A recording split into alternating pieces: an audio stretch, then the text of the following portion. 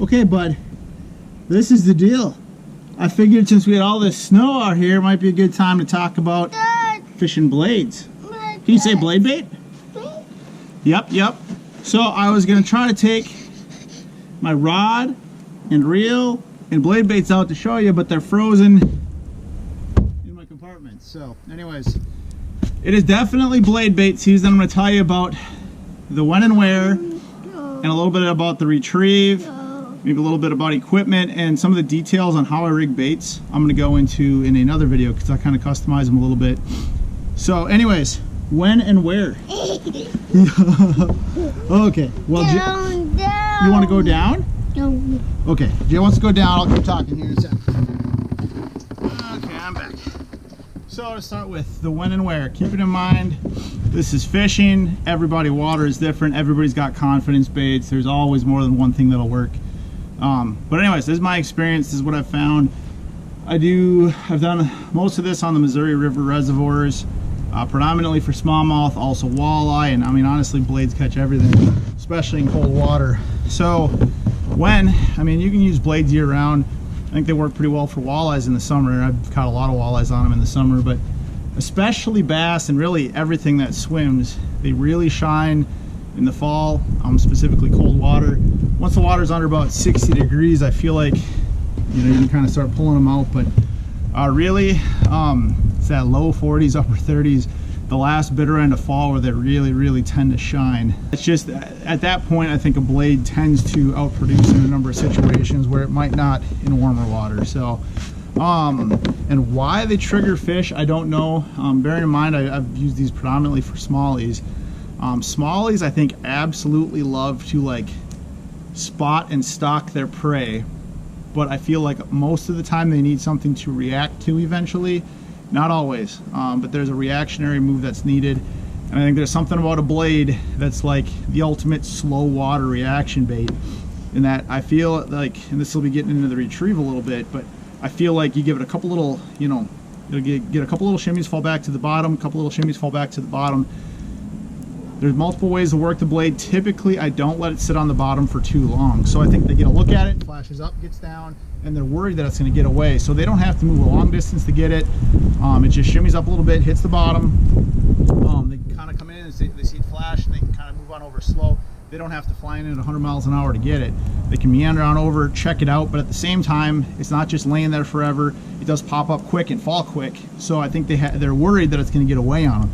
So it gets their curiosity, but then it gets them to react because they have to pounce on it before it gets away. So I think there's something about it in the cold water that for some reason, I mean, every species of fish, but specifically smallies, just absolutely, I mean, it's a super effective bait.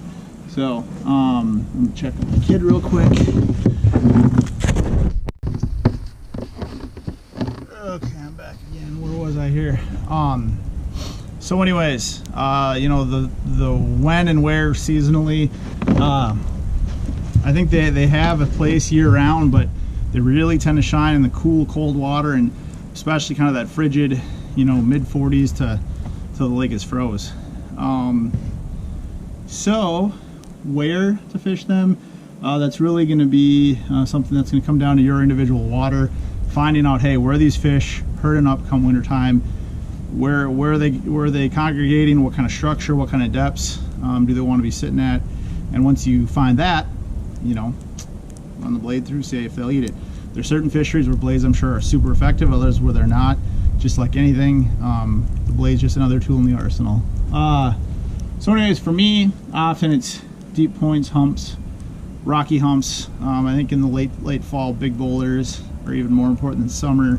Summer smallmouth fishing, I mean, I get them on rocks, but a lot of times we're getting them kind of in a mix of weeds, sand, everything. Late fall, I think, that deep structure, deep rock where they can kind of hang out and just call it good for the winter is kind of where they're going to be stacking up. Typically, it's a little bit on the deeper side than I do fish them in the summer. So deep structure, late fall. Now we'll go a little bit into the retrieve. So like I said, I think generally speaking, it's best to get them to react to the blade to some extent. So I'm usually not dead sticking it, or I'm usually not working it ultra slow in place. To me, the best retrieve is typically, not always, just typically, honestly, bomb it out there. You've side imaged or you've got experience on a certain structure, and you know, hey, there's a high spot here, there's a big boulder here, there's you know, a flat spot with a big drop right here. You have those targets in mind, and you set your boat out, and you might be 60, 100, or 120 foot from your target. You get all lined up very carefully. Make sure you got a good accurate cast to your spot wherever you've, you know, dropped your waypoints, and you know, done the homework graphing and things like that, and you just bomb it on out there. When you bomb it on out there, let it fall, complete slack line, let it get down there. Once it hits bottom, what I'm gonna do is, you know, take up the slack, give it a little pump. Typically I'm looking for just a few little vibrations out of it, and then what I like to do is follow it down with semi-slack line. I'm not trying to keep it like, I'm not trying to lift and keep it tight so it swings to me, but I don't want it falling on completely slack line.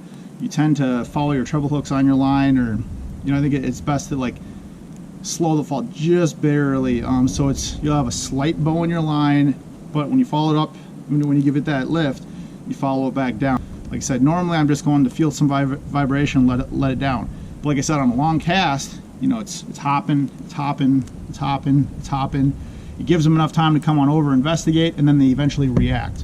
When the water's, you know, in the 50s or mid to upper 40s, a lot of times they'll grab it on the drop, or you might do a double or triple pump, and then they might smash it.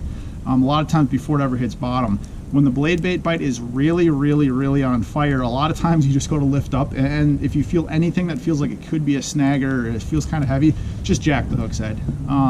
Because typically late fall, when the blade bite is really at its peak, they're coming in, stocking it, it's hopping along the bottom, and they time it out, and then I think they just pin it to the bottom.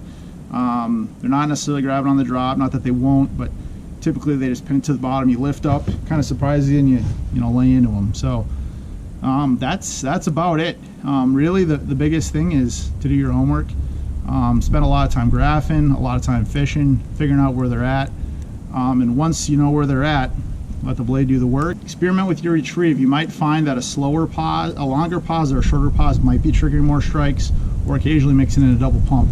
A lot of times what I like to do is have a consistent kind of retrieve that seems to be working, but partway through the retrieve I'll mix it up by either giving it a big lift or to dead stick it for a while, and sometimes that might trigger a fish, you know, by just mixing it up that may be following for a little while. Because a lot of times I think smallies like to, they get curious, they coming in, they look, they investigate, they follow, and then they need to react. So anyways, it's the cold water killer. You know, it produces giants. It's a super fun bite. You got to be pretty crazy. Thankfully I got enough loose screws in the head, and I find a few people with enough loose screws that join me. So it's a fun bite if you're able to get out there in the cold and enjoy it.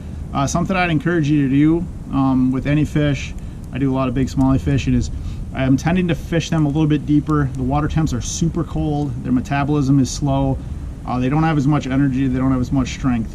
So I think it's very important to release these fish quickly. I have had times where I put them in the live well, and it's just, you know, catching them in deep water, getting extra air in their air bladder, not having as much energy, it's harder for them to get down. I usually have to help them down with some weights that I then pull off when I lower them down. But it's a lot easier, just catch them, get your picture, throw them back in, don't put them in the live well. Or if you do, not for, you know, more than you need to, just for getting measurements and weights. Let them get back and enjoy it. They can congregate up pretty good, and they can be really good fishing, but it's important to respect the fishery. Also, very important while you're at it, keep a hook file on you, sharpen those hooks, change out those hooks. My two favorite baits are just your standard 5/8 ounce, like 3-inch long, it's like head and sonar style bait, or actually a bigger steel shad, or a silver buddy. All three of those can be great baits. I'll go into that a little bit more in my next video. I just kind of wanted to give you an overview on kind of the when, the where, and how to retrieve it. So my second video will go a little bit more detail on the baits and how to modify them to catch more fish. Anyways, get out there if you're nuts enough to be out in the cold. It can be a blast. See you later.